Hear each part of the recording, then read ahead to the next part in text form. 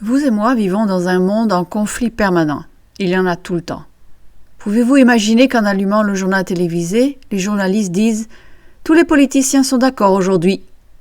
Non, tout le monde est en conflit permanent. Et bien sûr, vous allez au travail tous les jours et les gens y sont en conflit. En rentrant à la maison, les maris et les femmes, les parents et les enfants sont en conflit. Où allons-nous pour échapper à ces conflits? Des luttes constantes entre les êtres humains. En tant que chrétiens, nous suivons le prince de la paix, n'est-ce pas? C'est ce que nous disons. Mais vous savez, bien souvent dans nos vies, qu'il s'agisse de maris et de femmes ou d'amis de longue date au sein de l'Église elle-même, nous avons des conflits.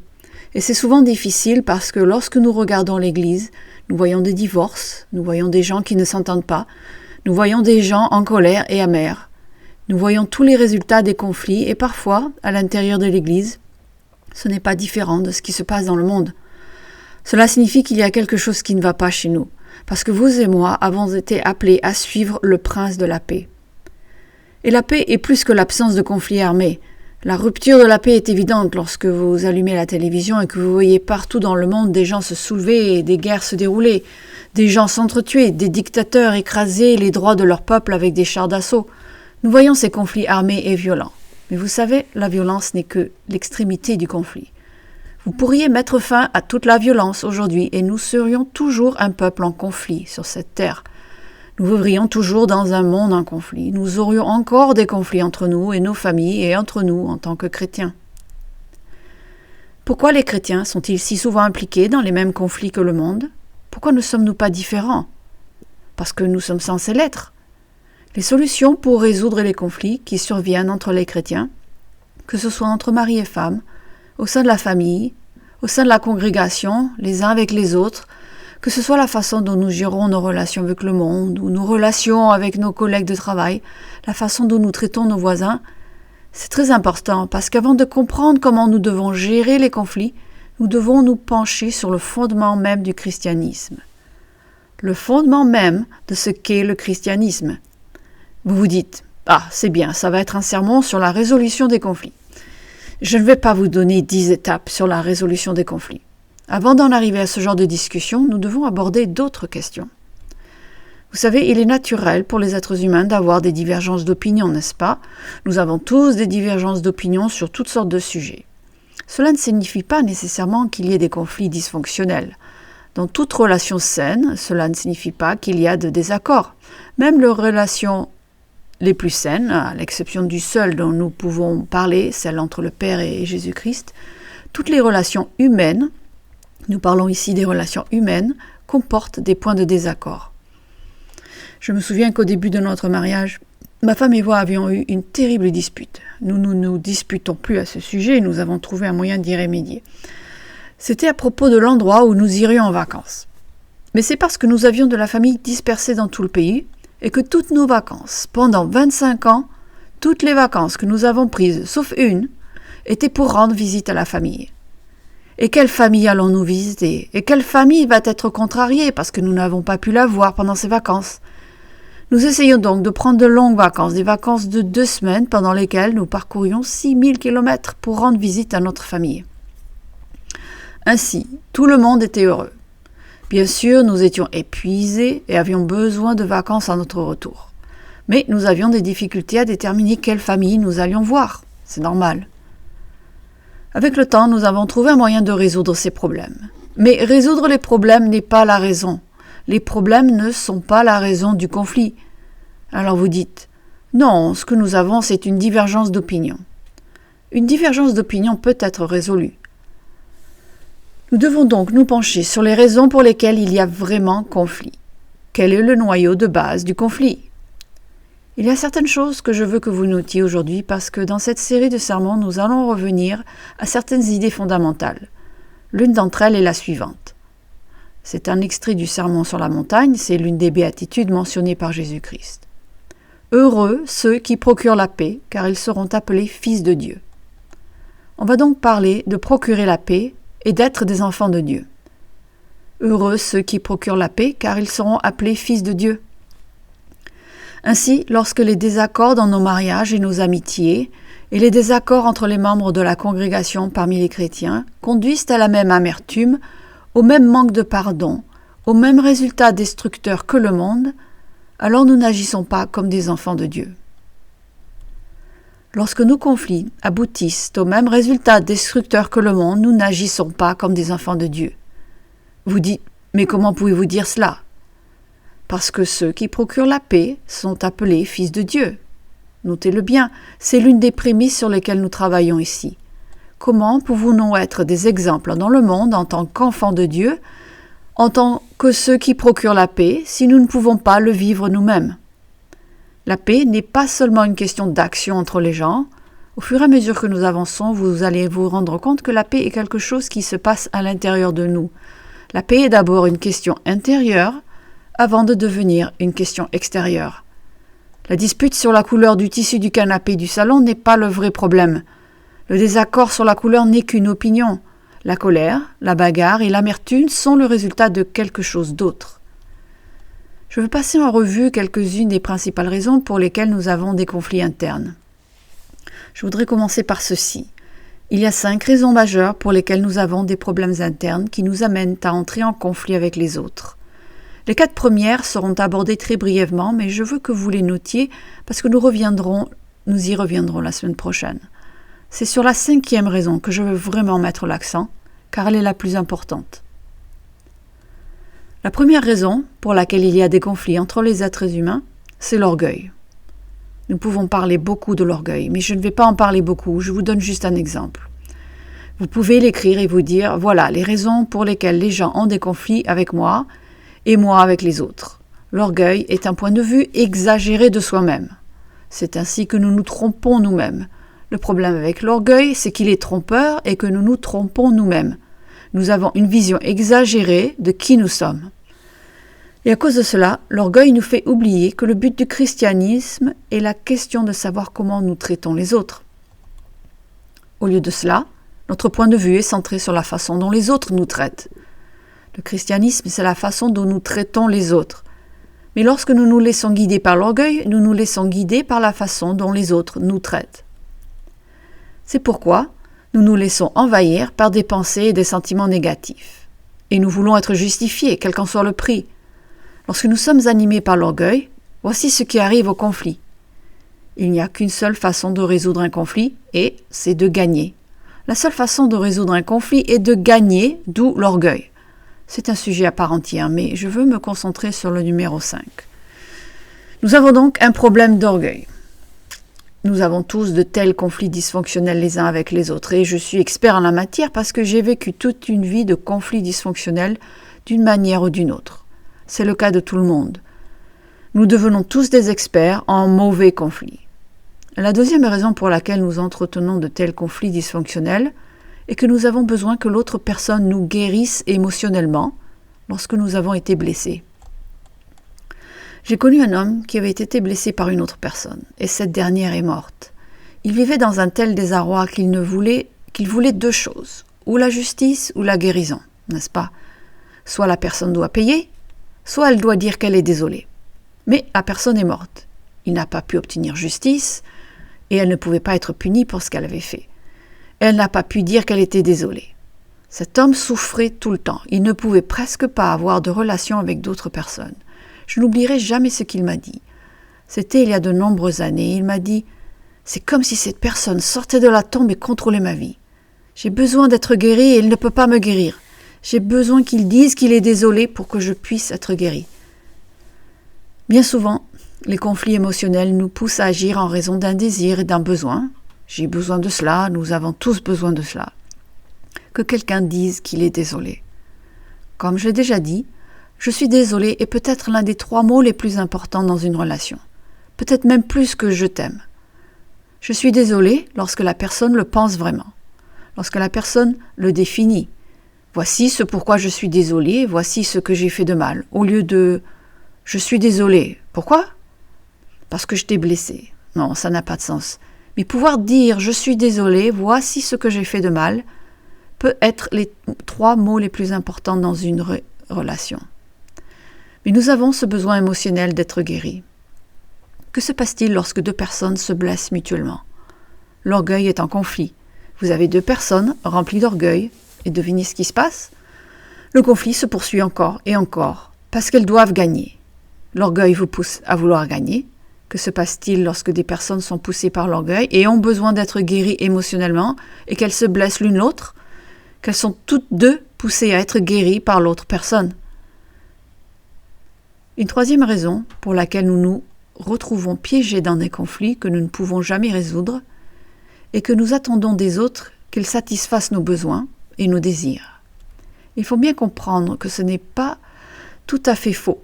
Nous n'aurions jamais de relation si nous n'en retirerions rien. Les gens ne se marieraient jamais s'ils ne s'attendaient pas à se sentir aimés par l'autre, à travailler ensemble, à satisfaire leurs besoins émotionnels respectifs. Nous sommes tous animés par le désir d'être heureux, d'éprouver du plaisir et d'éviter la douleur physique et émotionnelle. Le problème, c'est que nous attendons tous des autres qu'ils le fassent à notre place. Nous avons des attentes très élevées les uns envers les autres. Lorsque les autres ne répondent pas à ces attentes, nous entrons en conflit avec eux. Le mariage est un exemple tellement facile à utiliser. Si vous êtes une personne qui a besoin d'affirmation verbale et que votre mari ne vous dit jamais « je t'aime », ne dit jamais rien de gentil à votre sujet, ne vous félicite pas et ne vous remercie pas pour quoi que ce soit, vous êtes malheureuse. Vous êtes malheureuse, n'est-ce pas? Vous attendez de lui qu'il le fasse, et lorsqu'il ne répond pas à ces attentes, il y a un conflit. L'orgueil est l'une des choses qui nuisent le plus aux relations. Le besoin de guérir émotionnellement fait partie de notre identité, mais si nous ne le comprenons pas et si nous n'y faisons pas face, nous ne pourrons jamais guérir une relation. Et cette troisième raison, satisfaire nos besoins. Ces besoins ne sont pas mauvais en soi, mais ils deviennent conflictuels. Vous allez répondre à mes attentes ou vous allez payer. Une fois que nous nous engageons sur cette voie émotionnelle, nous commençons à détruire la relation. Nous commençons à percevoir les autres comme bloquant nos attentes de bonheur. Nous les considérons comme la source de la douleur, la source qui m'empêche d'obtenir ce que je veux dans la vie. Alors nous revêtons notre armure de combat et nous entrons en conflit corps à corps. Parce que tu m'empêches d'être ce que je veux être, ou tu m'empêches d'être heureux. Tu ne réponds pas à mes attentes. La quatrième raison est le besoin de contrôle. Nous sommes tous conçus pour avoir en nous, lorsque nous sommes confrontés à un conflit, une réaction de lutte ou de fuite, n'est-ce pas? Soit nous fuyons le conflit, soit nous nous y précipitons en dégainant notre épée pour nous battre. C'est la réaction normale de l'homme face à un conflit. Soit nous fuyons, soit nous nous battons. Il y a des moments où il faut fuir et d'autres où il faut se battre. Mais si vous voulez vraiment résoudre un conflit, aucune de ces deux solutions ne fonctionnera. Voici une partie de la raison pour laquelle nous nous enfuyons ou nous nous battons. Nous voulons protéger nos droits, notre image de soi et notre sécurité émotionnelle. La vérité, c'est que dans la plupart des cas, nous n'avons pas beaucoup de contrôle. Nous n'avons pas le contrôle. Nous avons le contrôle sur certaines choses. En fait, l'un des grands principes de la sagesse consiste à déterminer ce que l'on contrôle et ce que l'on ne contrôle pas. Lorsque vous et moi, nous nous battons pour protéger notre image de nous-mêmes et que nous considérons ces 4 éléments et que nous les mélangeons, voici ce que nous faisons. Nous faisons littéralement de nous-mêmes une idole. Nous devenons notre propre dieu ou déesse. Nous déterminerons comment les autres doivent nous vénérer. Nous déterminerons comment les autres doivent nous traiter. Nous déterminerons et serons toujours l'arbitre final de nos relations. Vous direz peut-être, c'est une affirmation assez forte que de dire que nous devenons nos propres dieux. Eh bien, nous agissons comme nos dieux, comme nos propres déesses. Nous allons maintenant aborder les véritables raisons des conflits. Il s'agit des raisons humaines, émotionnelles et mentales des conflits.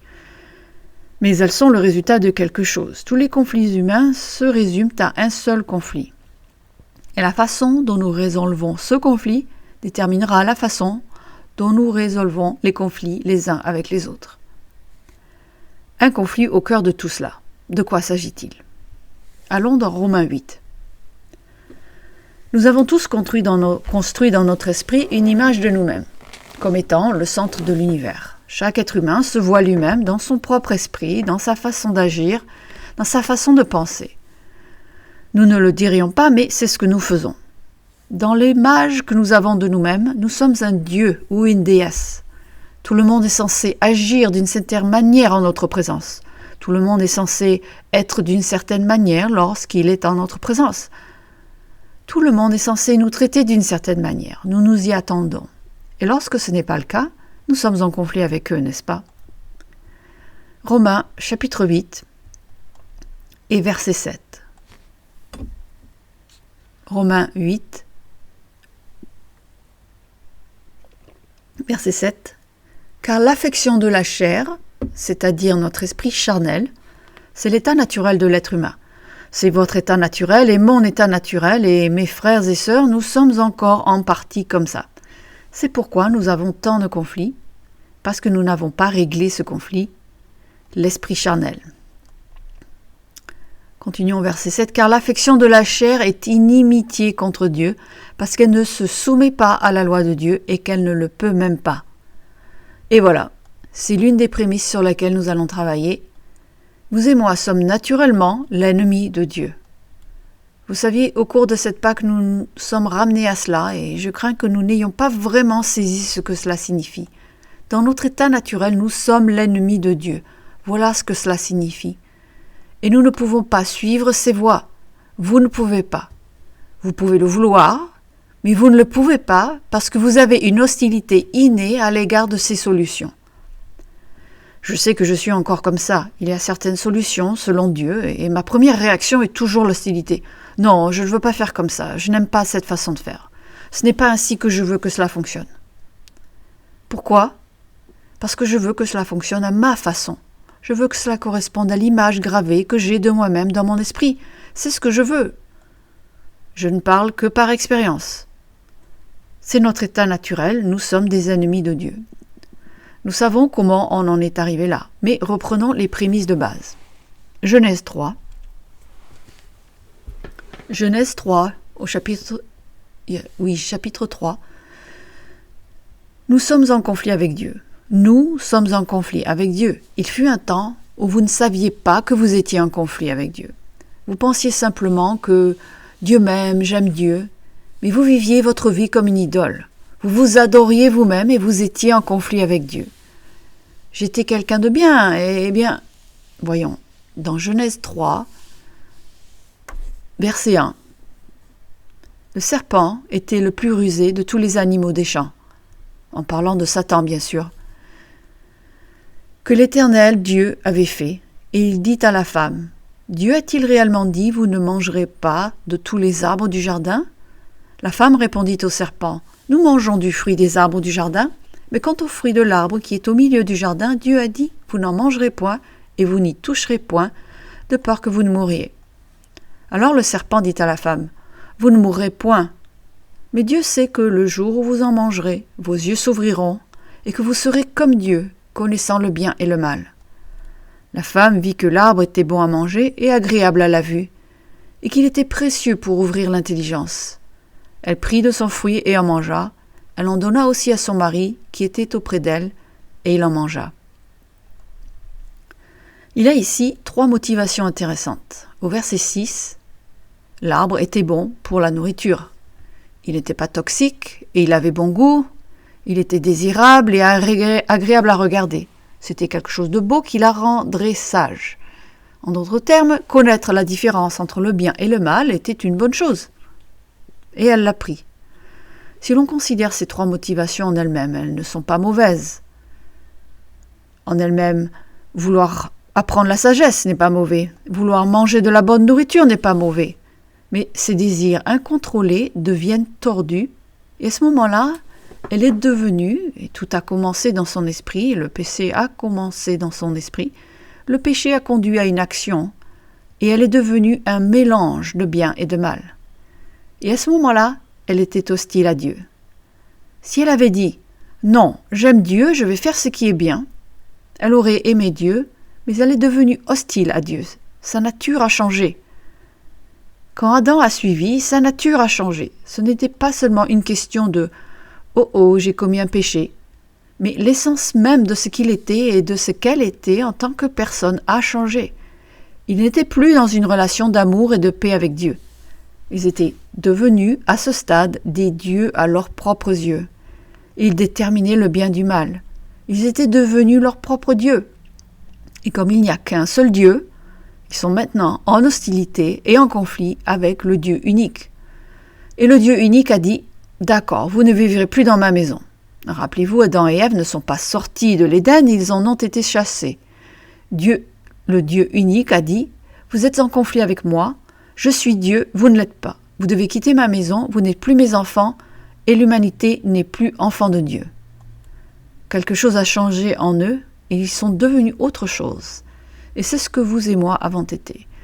Nous avons été appelés à être quelque chose de différent. Et quand nous agissons comme nos propres dieux, lorsque nous nous adorons nous-mêmes, lorsque nous faisons des idoles de nous-mêmes, nous nous retrouvons à nouveau en conflit avec Dieu. Car souvenez-vous, vous et moi avons encore des éléments de cette nature hostile en nous. Elle est toujours là. Pas de la même manière qu'avant, espérons-le, mais elle est toujours là. Nous devons nous rappeler qu'il n'y a qu'un seul Dieu, qu'il n'y a pas de place dans la maison de Dieu pour des millions de dieux qui s'autodéterminent. Cela n'existe pas. Voyons 1 Jean 2, verset 16. J'ai écrit tellement d'informations qu'il est impossible de les aborder toutes aujourd'hui, mais nous devons au moins poser les prémices. Nous devons comprendre que le conflit que nous avons, c'est parce que nous sommes nos propres dieux. Nous adorons des idoles, nous nous adorons nous-mêmes, et ce conflit de base entre nous et le vrai Dieu est la raison pour laquelle tous les autres conflits existent. Et la Pâque est censée nous le rappeler. Dans 1 Jean 2, 16, « Car tout ce qui est dans le monde, la convoitise de la chair, la convoitise des yeux et l'orgueil de la vie ne vient point du Père, mais vient du monde. La convoitise de la chair, la convoitise des yeux, l'orgueil de la vie, ce sont les 3 mêmes motivations que celles d'Ève. À l'origine, ces désirs n'étaient pas mauvais, mais ils sont devenus tordus. Examinons la nature humaine dont nous avons parlé jusqu'à présent. Cette nature humaine, hostile, exagérée, ce qu'elle signifie est la raison pour laquelle nous avons des conflits. Regardons ce que nous avons couvert. Nous avons parlé de l'orgueil, d'une vision exagérée de soi, qui nous pousse à nous imposer aux autres. Nous avons un besoin émotionnel d'être guéris par ceux qui nous ont blessés. Il n'y a rien de mal à cela, mais c'est une force motrice puissante. Nous voulons être heureux, éprouver du plaisir, éviter la douleur physique et émotionnelle. Et nous attendons des autres qu'ils le fassent. La réaction humaine naturelle au conflit est la lutte ou la fuite. Nous voulons protéger nos droits, notre image de soi et notre sécurité émotionnelle, et c'est ce que nous voulons faire. Et alors, quelque chose nous arrive. Nous avons parlé de ce changement de nature. Dans Éphésiens 2, nous lisons ce passage tout le temps. Revenons à Éphésiens 2. À cause de cela, voici ce qui se passe. Nous avons ce conflit avec Dieu, nous avons tous ces besoins fondamentaux qui ne sont pas satisfaits tout le temps, et donc nous revenons à ceci. Il parle ici de chrétiens qui ont changé. Maintenant, nous sommes en train de changer, tout comme ces gens sont en train de changer, mais nous devons nous souvenir de ce que nous étions, parce que nous en portons encore une partie en nous. Lorsque nous aborderons les jours des pains sans levain le mois prochain, nous parlerons de la sortie d'Égypte. Nous parlerons de la sortie d'Égypte et du fait que nous ne pouvons pas porter l'Égypte avec nous. Nous parlerons de l'élimination du levain. Nous ne pouvons pas emporter le levain avec nous. Nous avons tous ces symboles. Dans Éphésiens 2 et au verset 1, on lit « Vous étiez morts par vos offenses et par vos péchés. » Il a dit que vous étiez morts. Vous étiez les ennemis de Dieu. Dieu a prononcé la peine de mort contre vous et vous étiez morts. Mais il vous a rendus vivants. Verset 2, « Dans lesquels vous marchiez autrefois selon le train de ce monde, selon le prince de la puissance de l'air, de l'esprit qui agit maintenant dans les fils de la rébellion. Nous tous aussi, nous étions de leur nombre, et nous vivions autrefois selon les convoitises de notre chair, accomplissant les volontés de la chair et de nos pensées. » Ce n'est pas juste ce que nous faisons, mais aussi ce que nous pensons. « Et nous étions, par nature, des enfants de colère, comme les autres. » Par nature, nous sommes devenus des enfants du conflit. Par nature, nous devenons, en tant que Dieu, imposer notre volonté aux autres. Nous devons imposer notre volonté aux autres parce que j'ai des attentes envers les autres et ce qu'ils doivent faire pour me satisfaire, pour me rendre heureux, pour faire ce que je veux. C'est ainsi que nous devenons littéralement nos propres dieux. Et ce faisant, nous devenons les enfants de la colère. Adam et Ève étaient les enfants de Dieu lorsqu'ils ont mangé de ce fruit et qu'ils ont décidé d'être leur propre Dieu, de distinguer le bien du mal. Ils sont devenus des enfants de la colère, des enfants du conflit, des enfants de l'amertume, des enfants de la colère. Ils n'étaient plus les enfants de Dieu. Or, c'est ce que chacun d'entre nous étions, des enfants du conflit au lieu des enfants de Dieu. Nous apportons tous ce désordre intérieur dans nos relations avec les autres. Heureusement, les gens sont un mélange de bien et de mal. Car avec ce désordre interne, si nous étions complètement mauvais, la race humaine se serait éteinte il y a des milliers d'années. Il y a encore suffisamment de bien pour empêcher l'humanité de se détruire elle-même. Nous savons qu'avant le retour de Jésus-Christ, l'humanité sera au bord de l'autodestruction. Au milieu de tout cela, il y a quelque chose en vous que vous devez affronter. Chacun d'entre nous a un besoin spirituel profond. Nous avons envie d'être restaurés auprès de Dieu. Vous et moi avons été conçus pour avoir une relation avec Dieu. Nous avons été conçus pour avoir une relation avec Dieu parce que nous avons été conçus pour être les enfants de Dieu. Il y a donc un conflit à l'intérieur de vous. Un conflit entre l'autodétermination, que nous protégerons à tout prix, parce que nous avons fait de nous-mêmes une idole, et une relation avec notre Dieu, dont nous avons besoin et que nous désirons. Pensez maintenant au conflit que vous avez, si nous pouvions nous asseoir et l'analyser à l'intérieur de nous-mêmes, ce qui n'est pas notre fort. Nous avons un désir profond, un besoin, une douleur d'être en relation avec Dieu, mais nous sommes en même temps hostiles à lui. Nous sommes hostiles au seul être qui puisse nous donner ce dont nous avons besoin. Nous sommes un tel gâchis. La nature humaine est un véritable gâchis. J'ai besoin de Dieu, je veux qu'il m'aide, qu'il m'aime, qu'il prenne soin de moi, tant que je n'ai pas à faire ce qu'il dit. Tant que je peux être mon propre Dieu, vous savez, comme un Dieu inférieur. Alors, je t'adore, mais laisse-moi tranquille. Nous avons donc ce conflit interne à l'intérieur de nous-mêmes. Et ce conflit déborde sur n'importe quoi. C'est pourquoi vous ne pouvez pas résoudre les autres conflits tant que vous n'avez pas résolu celui-ci. Le problème, c'est que nous sommes incapables de le résoudre. Dieu doit faire quelque chose. Cela nous amène à un concept dont Paul parle dans 2 Corinthiens 5. Allons donc dans 2 Corinthiens 5. Nous avons donc posé comme principe que vous et moi sommes au fond de nous-mêmes des personnes plutôt malades et en désordre intérieur. Avant notre appel, nous étions hostiles à Dieu. L'esprit naturel est l'ennemi de Dieu et ne peut être soumis à ses voies. Alors, comment pouvons-nous arriver là où nous devons aller ? Dans 2 Corinthiens 5, au verset 18. 2 Corinthiens 5, 18. Et Paul dit ici, « Et tout cela vient de Dieu qui nous a réconciliés. » Je voudrais vraiment insister sur cette idée de réconciliation. Vous verrez que Dieu ne veut pas résoudre les problèmes que vous avez avec lui. Il ne s'agit pas d'une négociation où Dieu dit « Résolvons les problèmes que nous avons entre nous et apprenons à nous entendre. » Non, lorsque Dieu parle de réconciliation, il ne s'agit pas de résoudre nos problèmes. Il parle de restaurer une relation. Il parle de nous faire passer du statut d'enfant de la colère à celui d'enfant de Dieu. L'idée de réconciliation ne consiste donc pas simplement à négocier une paix et à s'en aller chacun de son côté, tout en restant hostiles l'un envers l'autre. Dieu veut changer l'hostilité que vous et moi avons envers lui. Il veut changer le fait que nous sommes ses ennemis et la façon dont nous nous sentons envers lui en tant qu'ennemis. C'est pourquoi il dit, verset 18, « Et tout cela vient de Dieu, qui nous a réconciliés avec lui par Christ et qui nous a donné le ministère de la réconciliation. Car Dieu était en Christ, réconciliant le monde avec lui-même, et n'imputant point aux hommes leurs offenses. Et il a mis en nous la parole de la réconciliation. » Verset 20. « Nous faisons donc les fonctions d'ambassadeurs pour Christ, comme si Dieu exhortait par nous.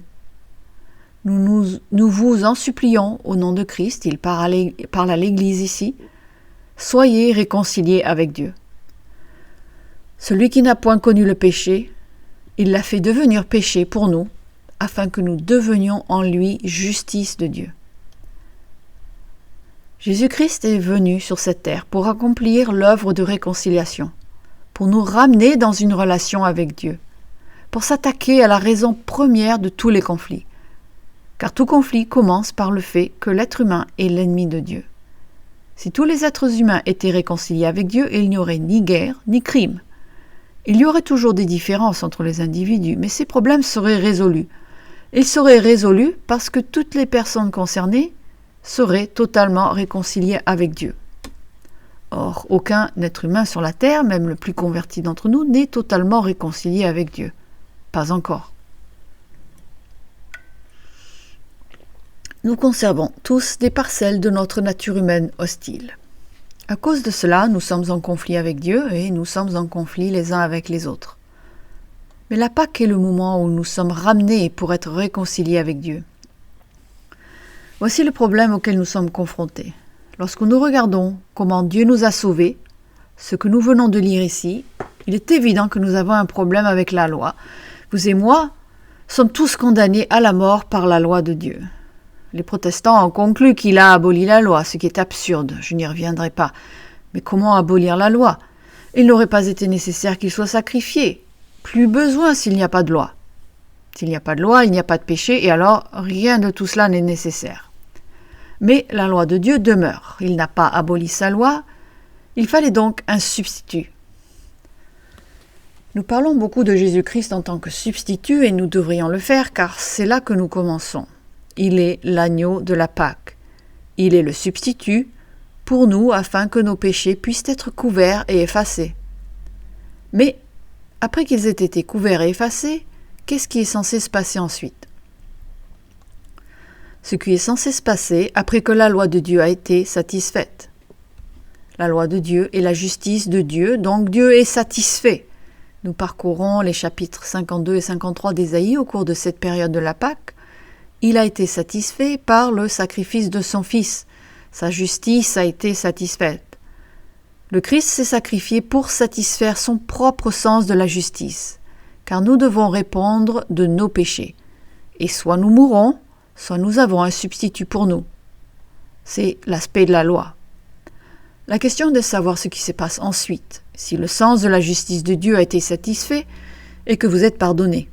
Si vous avez été pardonné de vos péchés, mais que par nature vous êtes toujours quoi? L'ennemi de Dieu. Vous êtes toujours hostile à Dieu. Vous voulez faire une étude de mots intéressante? Parcourez la Bible et étudiez le mot abomination. Car l'abomination, vous le verrez, est utilisé à de nombreuses reprises en référence de l'interaction de Dieu avec les êtres humains. L'abomination est la réaction de Dieu face à des ennemis hostiles. Abomination, cela signifie détestable. Il est difficile d'exprimer par des mots la profondeur de ce qu'est une abomination. Une abomination est détestable pour Dieu, elle le dégoûte. C'est quelque chose qu'il trouve absolument répugnant. Qu'est-ce qu'un être humain par rapport à Dieu? Hostile envers Dieu, ennemi de Dieu. Quelle est la réaction de Dieu face à la nature humaine corrompue? Il la trouve détestable. En parcourant ces textes, vous verrez ce qui est fascinant ici. C'est ce qui motive Dieu à faire ce qu'il fait. Il trouve que les êtres humains corrompus sont des abominations. Maintenant, ce que nous aimons faire, c'est choisir. Ici, ok, l'homosexualité est une abomination, l'idolâtrie est une abomination, nous aimons cela. Oui, nous aimons attaquer ces choses. Mais si vous regardez tous les endroits où l'abomination est utilisée, vous découvrirez que votre vie, parfois, est une abomination pour Dieu. Alors que vous étiez son ennemi, il vous a trouvé tout à fait dégoûtant. Il m'a trouvé tout aussi dégoûtant. L'abomination est utilisée pour la malhonnêteté, l'orgueil et même pour les pensées d'une personne. Il y a un endroit dans les Proverbes où il dit qu'une personne devient si méchante que ses prières sont une abomination pour moi. Nous pensons que si quelqu'un prie, Dieu écoutera ses prières. Dieu dit qu'il y a des fois où il y a des gens qui le dégoûtent tellement qu'ils trouvent leurs prières dégoûtantes. Vous devez comprendre le niveau d'hostilité que nous avons en tant qu'êtres humains envers Dieu Parce que nous sommes tous corrompus. Il y a 7 milliards de dieux qui courent cette terre. Nous sommes tous transformés en Dieu. Nous sommes les ennemis de Dieu et ils trouvent tout cela dégoûtant. Oh non, il nous aime. Je ne parle pas de savoir s'il nous aime ou non, je parle de ce qu'il dit. Pas moi. Ce qu'il dit, c'est que sa réaction est de traiter les enfants qui deviennent ses ennemis, c'est-à-dire tout le monde, jusqu'à ce qu'il nous change. Lisons Proverbe 6 au verset 16. Proverbe 6, verset 16. Ça devient plutôt déprimant, n'est-ce pas? Mais attendez, ce ministère de la réconciliation est extraordinaire. Mais nous devons comprendre la profondeur du prix payé. Nous devons comprendre qui nous étions si nous voulons comprendre qui nous devenons. Nous devons comprendre qui nous étions pour comprendre qui nous devenons et pour comprendre comment nous allons gérer les conflits. Que recevrons-nous lorsque Jésus-Christ reviendra? Une récompense pour l'avoir aidé à faire quoi? À réconcilier l'humanité avec lui et à mettre fin à tous les conflits entre les êtres humains. Nous ferions donc mieux de l'apprendre maintenant. C'est ce que nous sommes appelés à faire. Il y aura toujours des conflits tant que nous serons des êtres humains. Nous devons comprendre les raisons et les problèmes fondamentaux qui les sous-tendent. Pourquoi nous nous laissons si souvent envahir par la colère, l'amertume et la haine? Pourquoi nous avons des relations dysfonctionnelles? C'est là que tout commence. Regardez Proverbe 6, verset 16. Proverbe 6, verset 16. Il y a 6 choses que hait l'Éternel. Certains disent que Dieu ne déteste rien. Eh bien, c'est pas vrai. Il y a 6 choses que hait l'Éternel et même 7 qu'il a en horreur. Les yeux hautains, la langue menteuse, les mains qui répandent le sang innocent, le cœur qui médite des projets iniques, les pieds qui se hâtent de courir au mal, le faux témoin qui dit des mensonges et celui qui excite des querelles entre frères. Vous trouverez dans la Bible de nombreux endroits où vous lirez et direz « Oh, j'ai fait certaines de ces choses ». Vous voyez, nous choisissons les choses concernant l'homosexualité et d'autres parce qu'il est si facile alors de s'en prendre à ces personnes. Oui, c'est une abomination pour Dieu. Mais il en est de même lorsque vous vous asseyez pour élaborer de mauvais plans. Il en va de même lorsque vous portez de faux témoignages. Il en va de même lorsque vous semez la discorde entre frères. Il en va de même lorsque nous faisons l'une ou l'autre de ces choses. Nous sommes fiers. Nous avons donc ici cette nature humaine dysfonctionnelle en conflit avec elle-même. Elle a besoin de Dieu, mais veut en même temps être un Dieu. Et pourtant, nous réalisons que nous sommes appelés à redevenir des enfants de Dieu. Mais pour être les enfants de Dieu, cela signifie que nous devons changer fondamentalement notre nature. Nous devons passer d'un statut d'enfant de la colère à celui d'enfant de Dieu. Comment cette rencontre a-t-elle lieu? Pensez au fossé qui nous sépare de Dieu. Il y a un fossé énorme entre nous et Dieu. Nous sommes ses ennemis et il est le Créateur juste. Vous et moi ne pouvons pas combler ce fossé. Nous ne pouvons pas aller d'ici à là. Nous parlons de la grâce de Dieu. Parfois nous avons peur d'en parler car les protestants l'utilisent tellement, mais l'essentiel est que vous et moi ne pouvons pas aller d'ici d'un côté à l'autre. L'agneau de la Pâque doit être immolé. Le sang doit être mis sur le montant de la porte et l'ange de la mort doit passer au-dessus de nous. Vous ne pouvez pas aller jouer aux cartes avec l'ange de la mort et dire « Bon, tu sais quoi, coupons les cartes pour cela, on va décider. » Et vous et moi, nous ne pouvons pas aller voir Dieu et le forcer à combler le fossé. Nous ne pouvons même pas y arriver par nous-mêmes. Voilà ce qu'est la grâce. Nous avons une responsabilité. Si nous ne nous acquittons pas de cette responsabilité, oui, nous pouvons perdre le salut éternel. Et ce dont je parle ici, c'est de comment passer du statut d'ennemi de Dieu, c'est le ministère de la réconciliation, à celui d'enfant de Dieu. Comment passer du statut d'enfant de la colère à celui d'enfant de Dieu. Comment ce pont, ce gouffre, cet énorme gouffre sans fin, comment le franchir alors que vous et moi n'en sommes pas capables? Allons dans Romains 10. Je vais passer en revue très rapidement un certain nombre d'écritures parce que je vais les lire et les développer un peu parce qu'elles le disent elles-mêmes. Ici dans Romains 10, et nous repensons à « Heureux ceux qui procurent la paix car ils seront fils de Dieu ». Romains 10, allons au verset 14. Romains 10, verset 14. Comment donc invoqueront-ils celui en qui ils n'ont pas cru? Paul dit, comment cela se passe-t-il? Comment quelqu'un fait-il appel à Dieu? Comment quelqu'un entre-t-il en relation avec Dieu?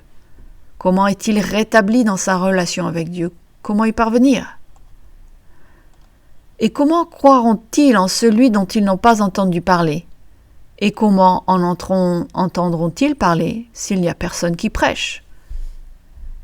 En d'autres mots, comment les gens arrivent-ils à Dieu? Verset 15. Et comment y aura-t-il des prédicateurs s'ils ne sont pas envoyés, selon qu'il est écrit, et il cite maintenant l'Ancien Testament, qu'ils sont beaux les pieds de ceux qui annoncent la paix, de ceux qui annoncent de bonnes nouvelles. Le message de l'Évangile, la bonne nouvelle, contient la paix entre les nations, la paix entre les familles, la paix entre les frères et les sœurs, la paix entre les membres de la congrégation, la paix entre les voisins. Et tout commence par la paix entre nous et Dieu. C'est l'évangile de la paix. Comment Dieu comble-t-il ce fossé? Voyons Hébreux 2. Nous allons maintenant passer en revue une série d'écritures. Nous allons les parcourir et voir comment les Écritures disent que ce fossé est comblé. Car deux choses doivent se produire. Tout d'abord, Dieu doit franchir le fossé jusqu'à nous. Ensuite, il doit faire quelque chose pour nous amener à lui. Vous voyez ce que je veux dire? Il y a un énorme fossé entre nous et Dieu. Nous sommes ses ennemis. Il doit franchir le fossé. Et ensuite, il doit faire quelque chose pour nous amener à lui. Il y a deux choses qu'il doit faire. Hébreux 2, verset 14.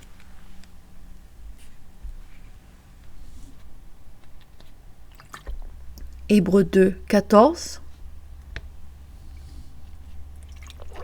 Ainsi donc, puisque les enfants participent au sang et à la chair, il y a également participé lui-même, afin que, par la mort, parlant de Jésus-Christ, il rende impuissant celui qui avait la puissance de la mort, c'est-à-dire le diable. Verset 15. Ainsi il délivre tous ceux qui, par crainte de la mort, étaient toute leur vie retenus dans la servitude. Vous savez l'une des raisons pour lesquelles nous essayons de tout contrôler? Je sais pourquoi j'essaie de tout contrôler. La peur. Si tout allait bien dans ma vie en permanence, je pourrais être heureux, avoir une bonne image de moi, être en sécurité sur le plan émotionnel, et toutes mes attentes seraient satisfaites. Mais ce n'est pas comme ça que ça marche, n'est-ce pas? Nous sommes constamment en proie à la peur. Et verset 15.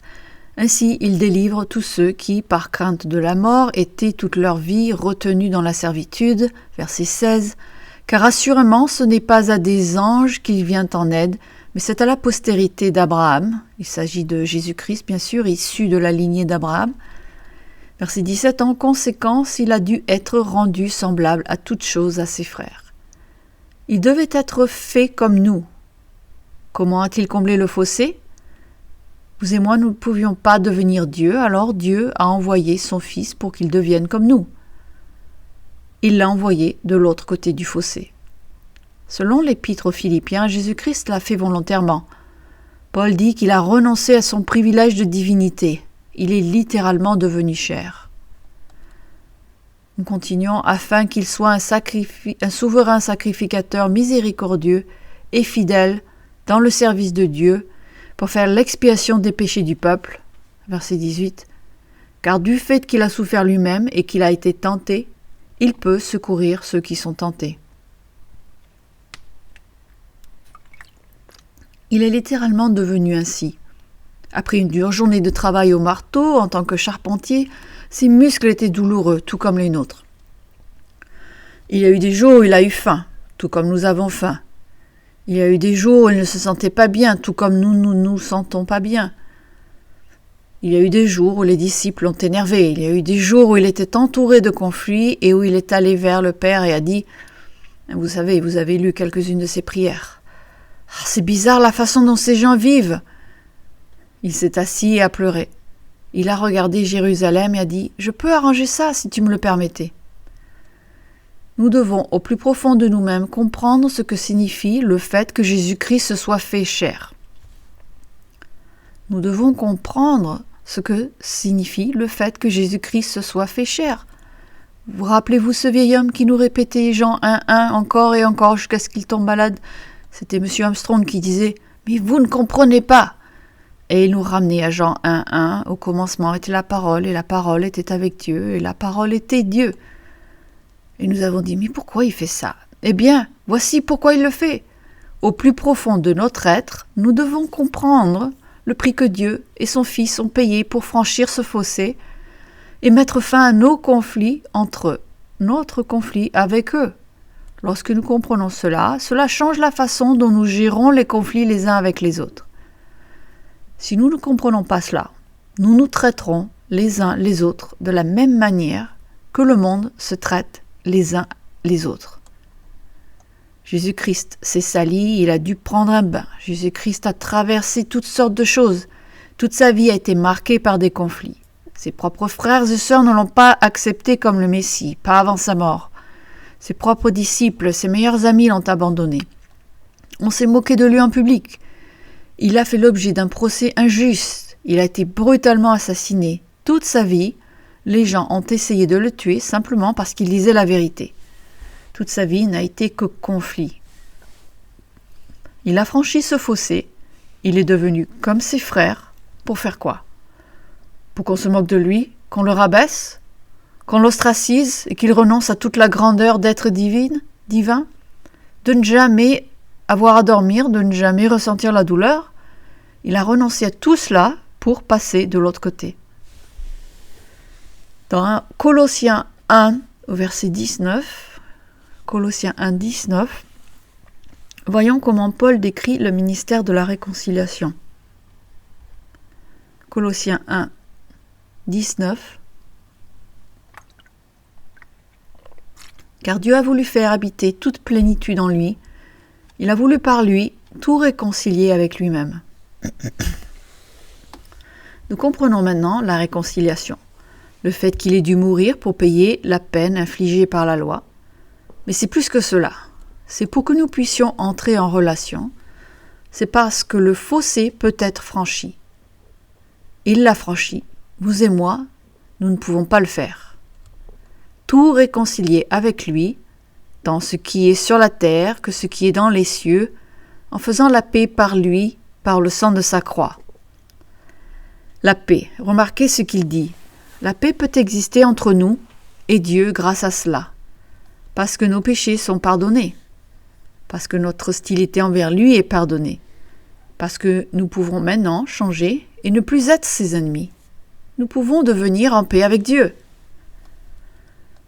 Remarquez ce que dit le verset 21. Colossiens 1, 21. « Et vous qui étiez autrefois étrangers et ennemis de qui? Des ennemis de Dieu. Par vos pensées et par vos mauvaises œuvres, il vous a maintenant réconciliés. » Le ministère de la réconciliation n'est pas un ensemble de règles de bonne communication pour que vous et vos amis puissiez résoudre un problème, ou que vous, au travail, puissiez vous asseoir ensemble dans la salle de réunion et résoudre un problème. Ce sont simplement des façons de traiter les problèmes. Lorsque nous parlons du ministère de la réconciliation, nous parlons de l'essence même de l'être humain. La mort de Jésus-Christ et sa résurrection ont été sa façon de franchir le fossé pour nous ramener dans la relation en nous pardonnant d'abord nos péchés, car il ne nous acceptera pas dans le péché. L'idée que Jésus vous accepte tel que vous êtes est l'un des plus grands mensonges jamais rencontrés dans le christianisme moderne. Dieu ne vous accepte pas comme ses ennemis. Dieu dit « Viens ici, laisse-moi te changer. Viens ici, laisse-moi te pardonner. Viens ici, laisse-moi faire quelque chose dans ta vie pour que toi et moi ne soyons plus ennemis, pour que nous soyons en paix. Viens ici et laisse-moi faire. Je dois sauter le gouffre pour que tu puisses le faire parce que tu ne peux pas le faire. Tu ne peux pas franchir ce gouffre. » Continuons au verset 21. « Par sa mort dans le corps de sa chair, Pourquoi? Dans le corps de sa chair. Vous savez, j'ai des allergies aujourd'hui. Jésus s'est promené avec un rhume de temps en temps. Quel prix à payer! Devoir s'abaisser à ce point pour être comme ses frères, pour être comme les autres enfants. Quel prix à payer! Par sa mort, dans le corps de sa chair, pour vous faire paraître à lui, paraître devant lui. Vous voyez, une fois que la paix est faite entre vous et Dieu, notre nature peut être changée. Il nous fait paraître devant lui saint, sans défaut et sans reproche. La paix est rétablie entre vous et Dieu, parce que le Christ a sauté le vide, il a franchi le gouffre. Romains 5, verset 6. Romains 5, verset 6. Voici ce qui est vraiment étonnant à ce sujet. Vous savez, nous avons besoin d'être guéris, n'est-ce pas? Nous en reparlerons la prochaine fois. Nous avons besoin d'être guéris. L'approche de Dieu pour la guérison des conflits est exactement à l'opposé de la nôtre. Exactement le contraire. Dans Romains 5, verset 6, nous lisons « Car lorsque nous étions encore sans force, Christ, au temps marqué, est mort pour des impies. » Le Christ n'est pas mort pour nous une fois que nous sommes devenus pieux. C'est comme l'idée que l'on n'est pas digne du baptême. Oui, alors que dois-je faire pour devenir digne du baptême? Reconnaissez que vous êtes indigne du baptême. Revenons au verset 6. Car lorsque nous étions encore sans force, Christ, au temps marqué, est mort pour des impies. Et versets 7 et 8. À peine mourrait-on pour un juste, quelqu'un peut-être mourrait pour un homme de bien. Mais Dieu prouve son amour envers nous, en ce que lorsque nous étions encore des pécheurs, Christ est mort pour nous. Alors que nous étions ses ennemis, parce qu'il n'y a aucun moyen pour nous de franchir le gouffre, il n'y a aucun moyen pour nous de venir à Dieu et de nous changer nous-mêmes. Nous ne pouvons pas le faire. Nous admirons toujours ces gens qui reçoivent la médaille d'honneur parce qu'ils se sont jetés sur une grenade pour sauver leurs copains. D'accord, nous disons que c'est ce que le Christ a fait. Mais non, le Christ a été torturé et haï par l'ennemi et il s'est jeté sur la grenade pour sauver les gens qui le torturaient. Voilà le contexte. Il a pris les abominations, c'est ainsi qu'il nous appelle. Il a pris les petits êtres humains finis qui courent partout et disent « Je suis Dieu, je suis Dieu, je suis Dieu ». Et il a sauté sur la grenade pendant que nous le torturions. C'est ce qu'il a fait. Lorsque nous comprenons cela, les conflits que vous avez entre votre mari, votre femme ou vos enfants deviennent assez mineurs, la plupart d'entre eux. C'est tout à fait mineur. Il l'a fait parce qu'il nous aimait. Il nous a regardés non pas comme ce que nous étions, mais comme ce que nous pouvions devenir. Dieu n'a pas vu en nous ce que nous étions, il a vu ce que nous pouvions devenir, et il nous a aimés. C'était sa motivation. Il a aimé ses ennemis. Dieu ne nous a pas aimés parce que nous étions aimables. Il nous a aimés alors que nous étions ses ennemis. Comprenez-le bien. Alors que nous étions hostiles à son égard. Continuons au verset 9 et 10. À plus forte raison donc, maintenant que nous sommes justifiés par son sang, serons-nous sauvés par lui de la colère. Car si, lorsque nous étions ennemis, nous avons été réconciliés avec Dieu par la mort de son Fils, à plus forte raison, étant réconciliés, serons-nous sauvés par sa vie. Jésus-Christ n'est pas resté mort. Jésus-Christ est ressuscité. Et il accomplit maintenant une œuvre de réconciliation dans les hommes. Il accomplit une œuvre de réconciliation. Nous avons donc été pardonnés, mais en comblant ce fossé, en allant de l'autre côté de ce fossé, il est toujours avec nous, nous réconciliant avec Dieu par son esprit, nous amenant à Dieu. Il agit en tant que souverain sacrificateur, en tant que frère aîné. Tous ces termes sont utilisés dans les Écritures. C'est ainsi que nous comblons le fossé. C'est la raison d'être de la Pâque. Il a comblé ce fossé en sautant par-dessus vers nous. Maintenant, comment Dieu nous fait-il passer de l'autre côté? Il y a 2 étapes.